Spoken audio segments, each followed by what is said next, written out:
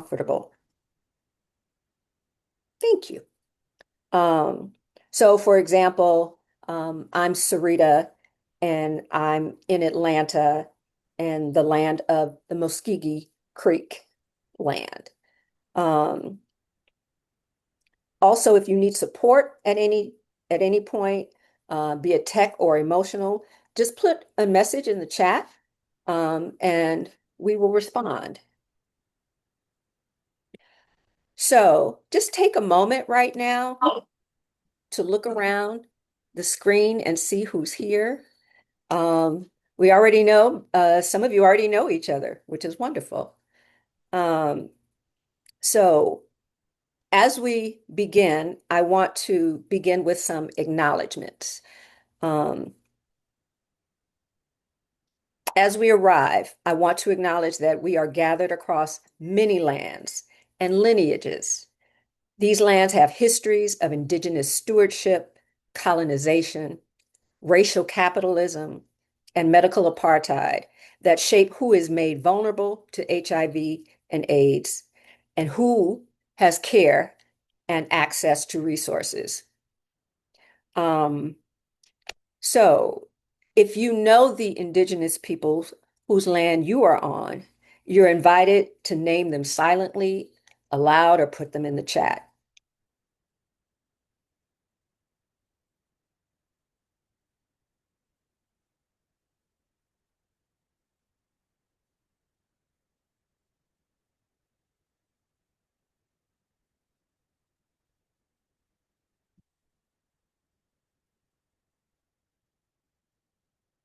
We also want to acknowledge that we stand in the shadow and the light of HIV and AIDS pandemic itself. The dead we have lost, the survivors, the caretakers, the organizers, the researchers, the pastors, the nurses, the lovers, the siblings, and our chosen kin. Some of us are living with HIV. Some of us have buried people. Some of us are still disentangling theologies from decades of stigma and shame and silence.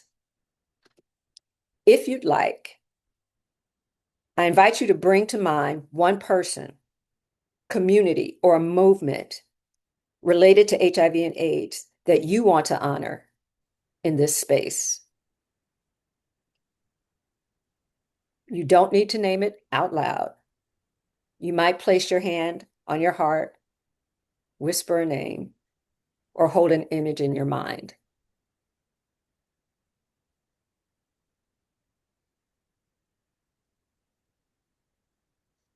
Here we honor the dead, we honor the living, we honor those who could not enter spaces like this safely, and those who still cannot.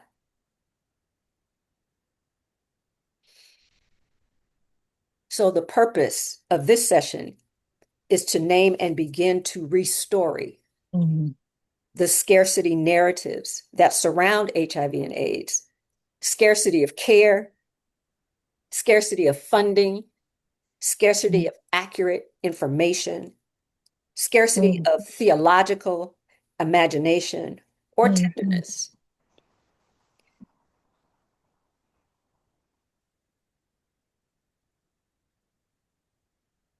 Here, we also want to make some agreements.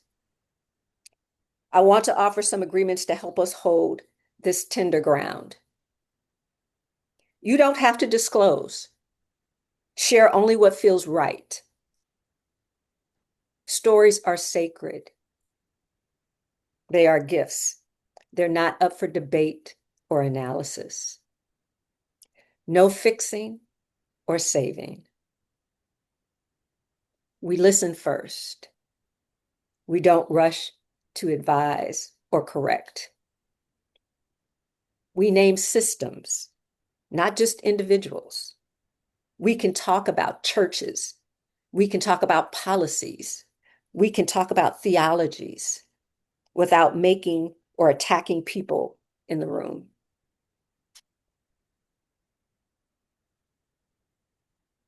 Another agreement is confidentiality. What is shared here stays here, unless you have explicit permission to share. Another agreement is to honor your body and your capacity. Move, rest, cry. Turn off your video if you need to. Do what your body needs.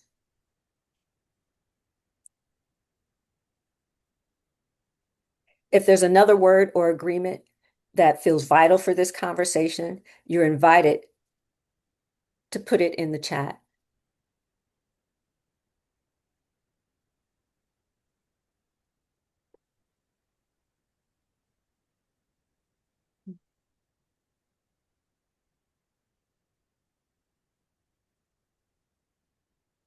Okay, let's take a deep breath together.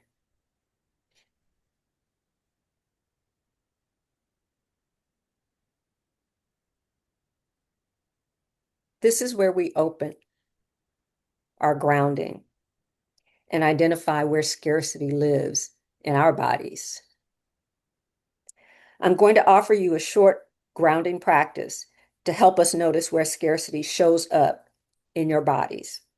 You can engage in whatever way is accessible. You might soften your gaze. You might soften your jaw. You might fix your gaze to something across the room. Begin by noticing the support beneath you. Feel the chair, the couch, the cushions, your feet on the floor.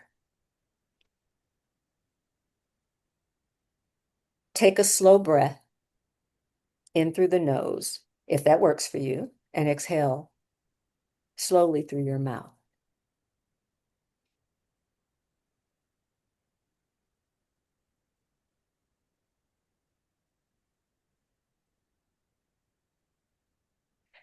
As you breathe, bring to mind a setting where you have felt scarcity around HIV and AIDS or serious illness more broadly. It might be a church that refused to talk about it, a clinic, waiting room, a family conversation, a news story, a memory.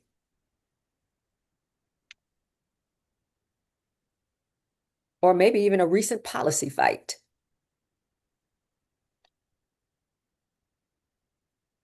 Just let one moment rise to the surface.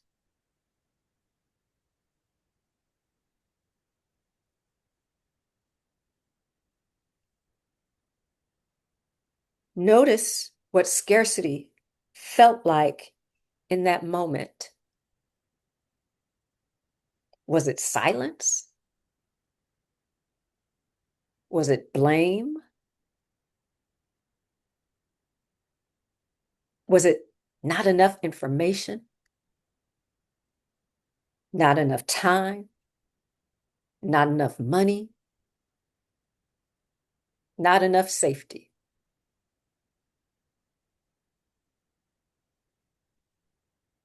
Now gently scan your body. Where do you feel that scarcity now? Is it in your throat? Is it in your chest? Is it in your back? Is it in your hands? There's no right answer. I just want you to notice where it shows up. If it feels okay, place a hand where you feel it and simply say inwardly, I see you. You're not alone right now.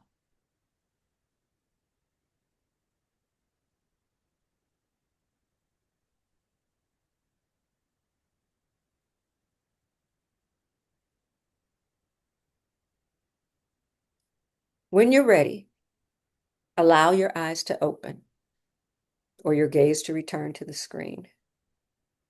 If you'd like, you can type one word in the chat, naming exactly how scarcity felt in your body. Something like tight, maybe numbness, maybe heaviness.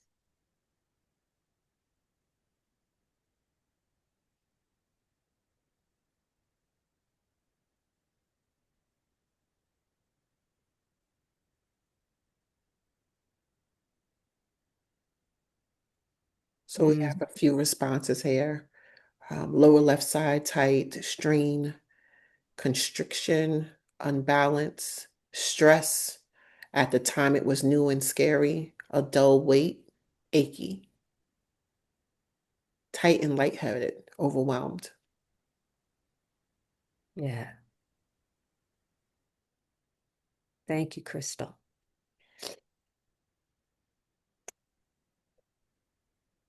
I want to begin with um,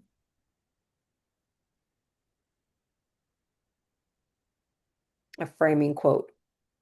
For this session, we're weaving HIV and AIDS realities together with theologies of abundance and worth. I want to offer an anchoring line, drawing on the work of Black queer and womanist theologians who insist that no diagnosis can cancel out belovedness. Nothing, neither virus nor stigma, neither state neglect nor church silence, can separate us from the love of God or the possibility of community.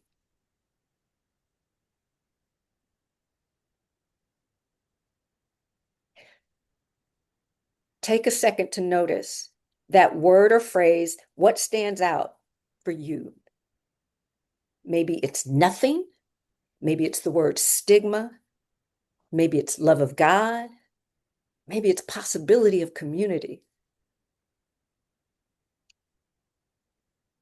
If you'd like, drop a word in the chat, just a word, not a paragraph.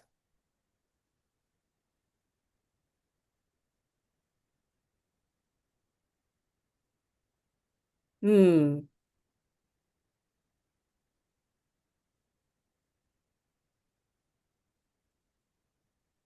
Mm-hmm.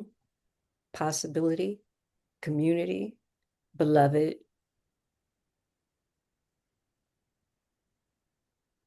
Hmm.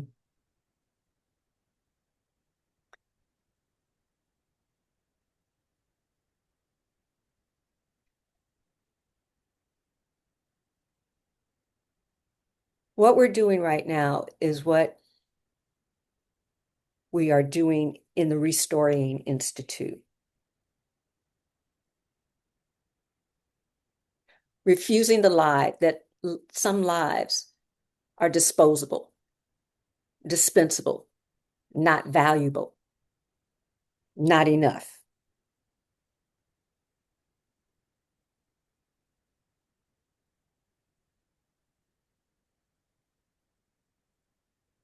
As we move on, we're preparing for our first breakout session.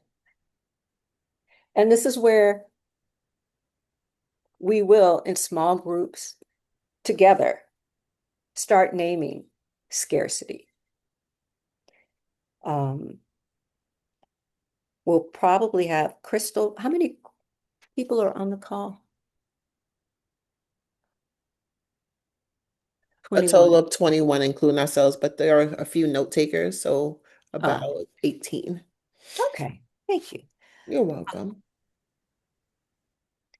So, in your small groups, you'll each have 3 to 4 minutes.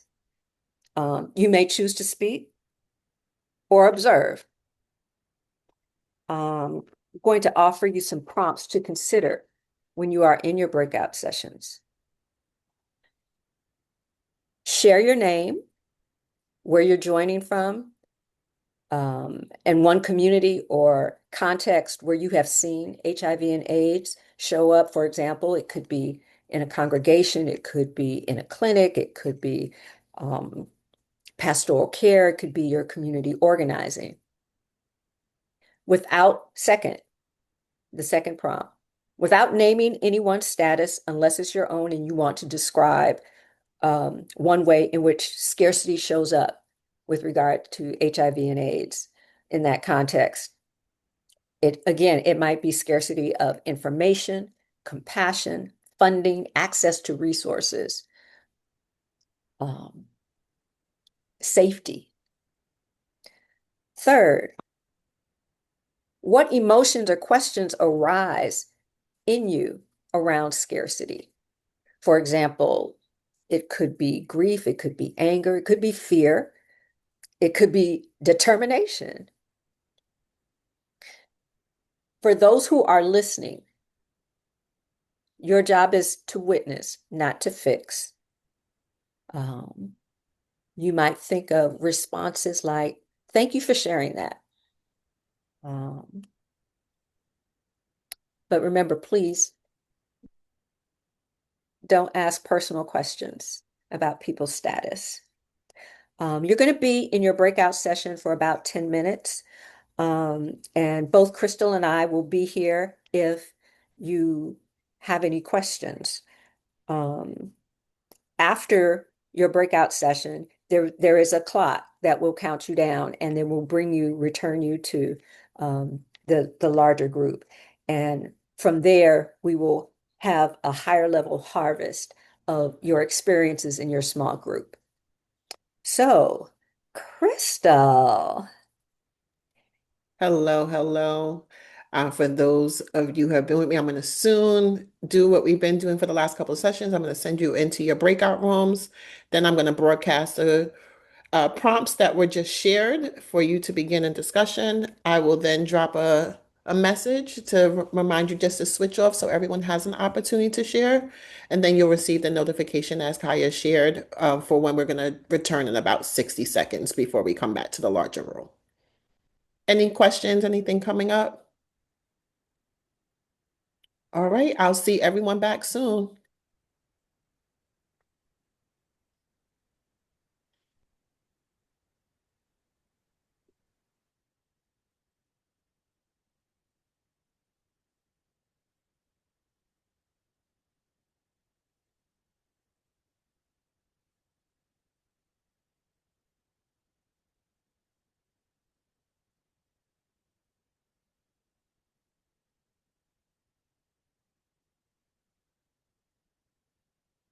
I am going to move you to another, where we go, Elizabeth.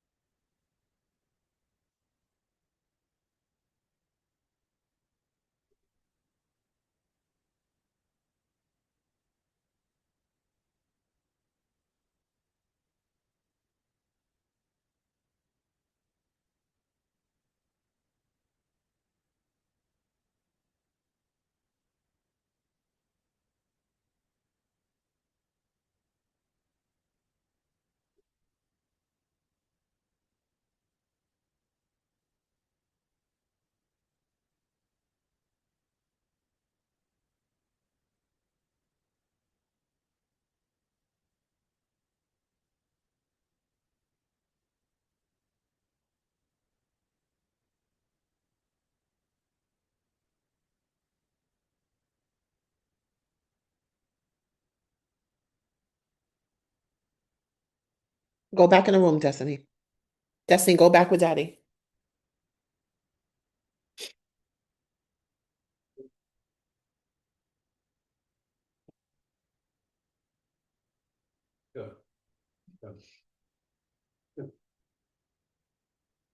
You can come out. I just don't want her to bark. I just usually leave her in the room.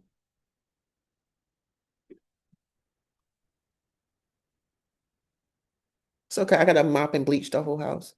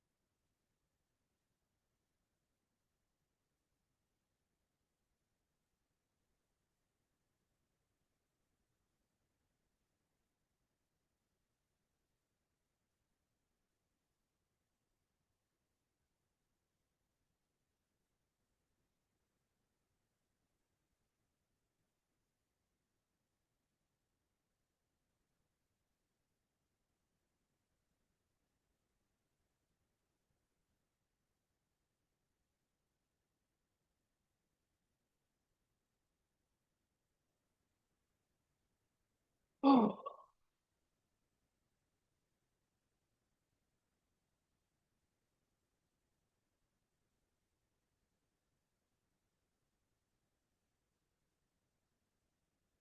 you know you have a lot of food in there.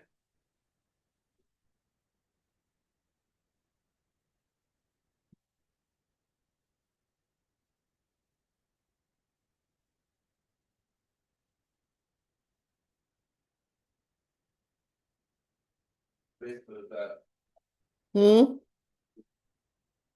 What plants are going to die? They're not going to die, Dana.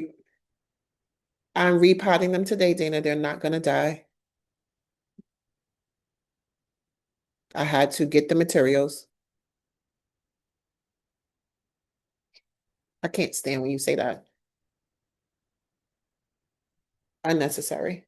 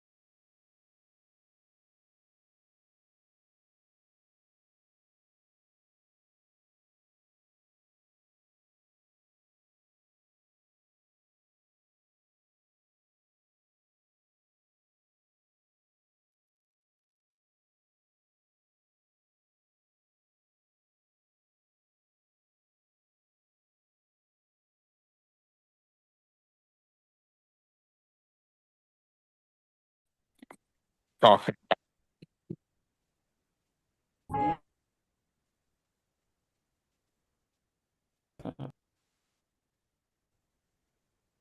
Welcome back, everyone. Thank Welcome you. back. Um, okay, we're gonna woosah. So take a breath again. Be aware. Feel your feet on the floor, your back against your chair,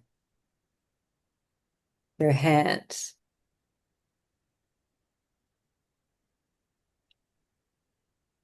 So for the next couple of minutes, we're going to identify patterns of scarcity.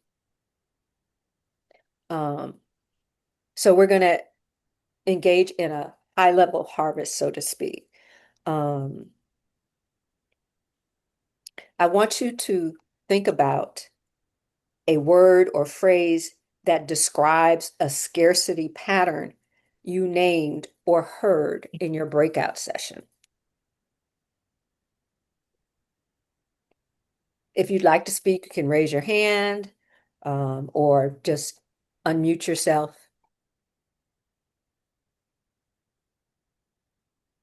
Um, Greetings, everyone. I'll definitely want to share, put to the group because I think it will be very helpful for the Institute. I think I would label it a scarcity of restoration in the broadest sense. And then we unpack that to safe spaces for identification, safe spaces for how do I handle this, safe spaces for how it's affecting my whole family, safe spaces for how it's a communal trauma. It's not just me and my family. So we put that all under this umbrella of scarcity of restoration, like all of those ways in which we as a community and then certainly as individuals restore ourselves. It's just bleak. And we equated it not just with the HIV AIDS, we even took it to COVID. And we could take COVID and say, where is the restorative space for persons who lost folks as a result of COVID? Where where did we ever like learn how to take care of one another? All we got was what not to do to catch COVID, but we didn't really learn. So my son is suffering. What do I do? I literally, oh, I'm just supposed to keep him away from me, you know. So just the whole scarcity around restoration in all of those ways. And clearly what COVID has shown us is that we haven't learned any of it because we couldn't apply any of it, you know, to something without any reason, make someone sick, they get sicker, and all we know is what we got to stay away from. And so, yeah, so we put it under that umbrella of scarcity of restoration.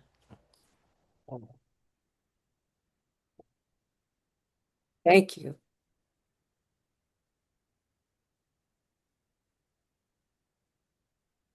Anyone else?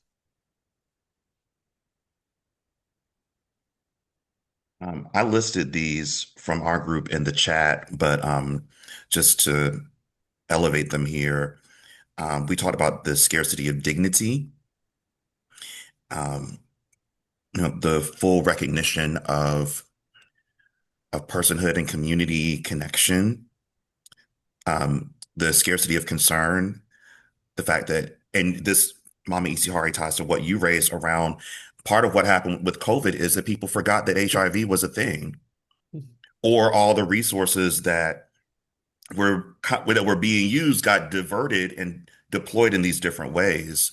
And then also scarcity of visibility.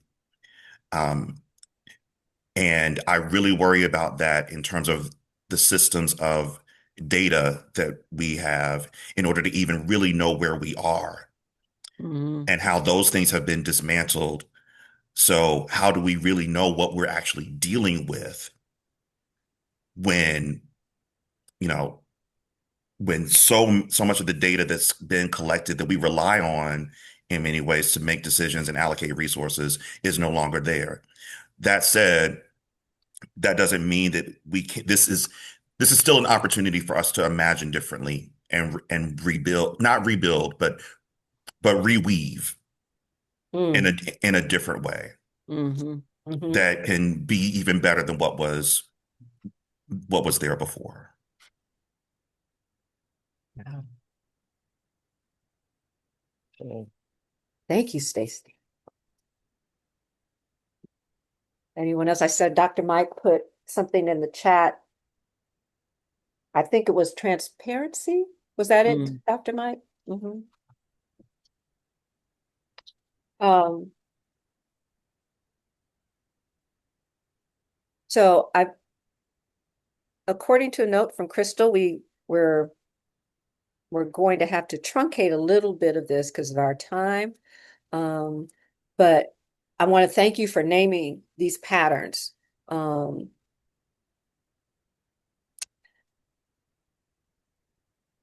now I want you to think about imagining enough.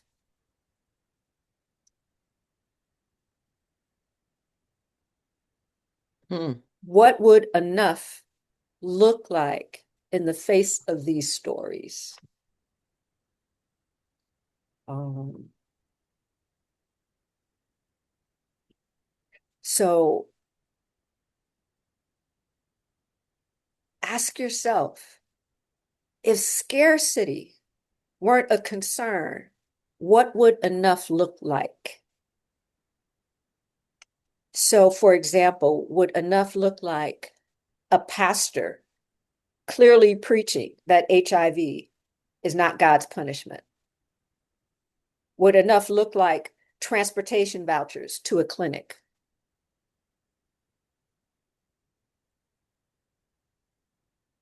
Would enough look like leaders who know how to sit with grief without blaming? mm, mm. I see in the chat, some people are saying access to housing, um, full access to care, access to medication.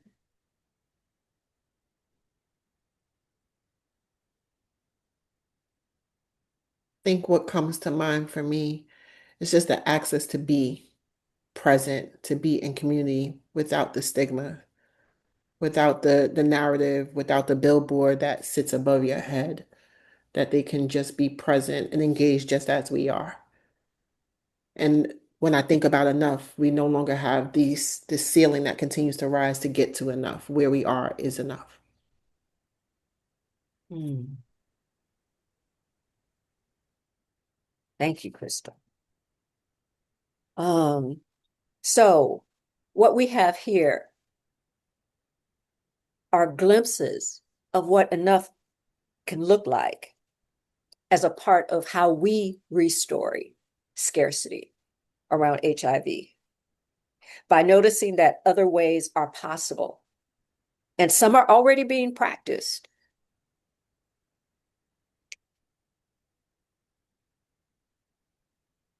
So as we move toward the Restoring Institute, I want to invite you to name one simple intention you might carry around HIV and AIDS and scarcity.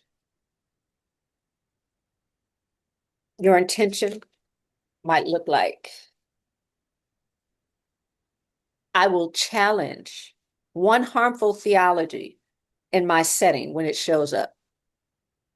My intention, I will make sure our prayers include people living with HIV explicitly and without shame.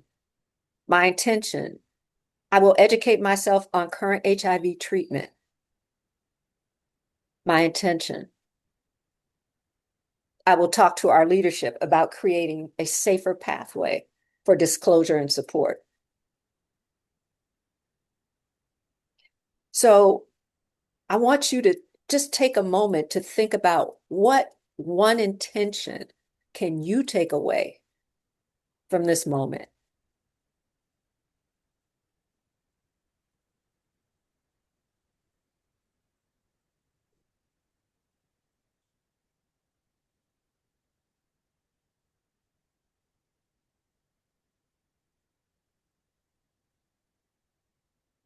Mm-hmm.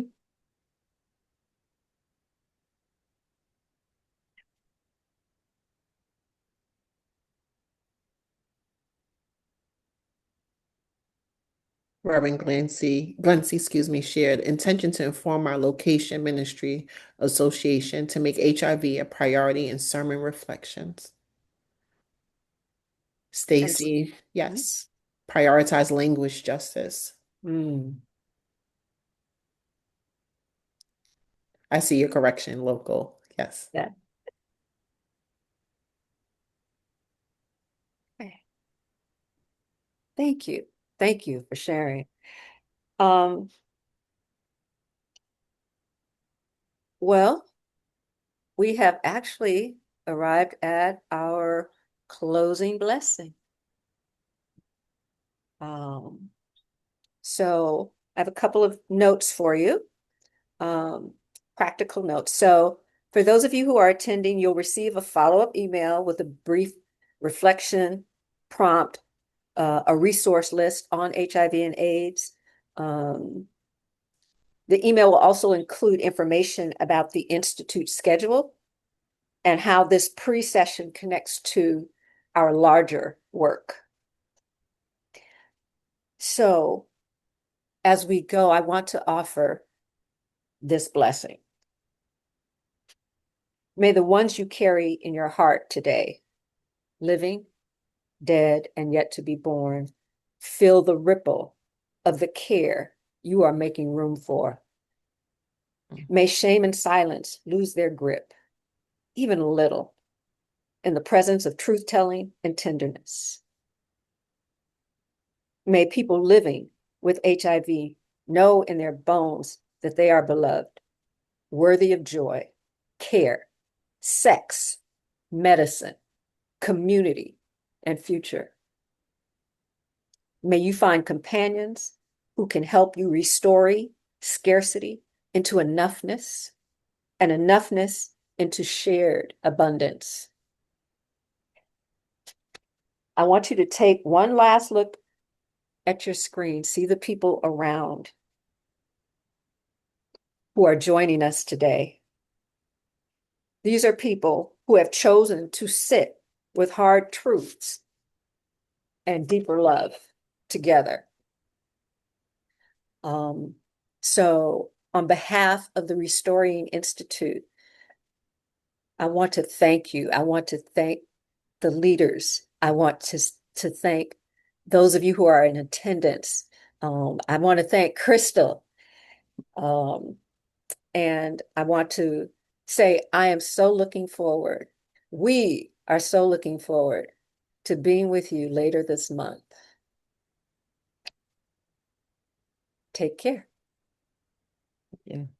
Blessings, family. Thank you. Thank you. Thank you. Thank you. Blessings. Thank you. Thank you. Thank you. See you in a few weeks. See you in a few weeks. Yes.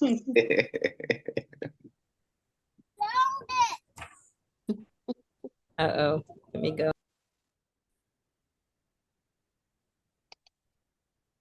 All right, everyone. Have a good one. Take care, everybody. Oh, sir.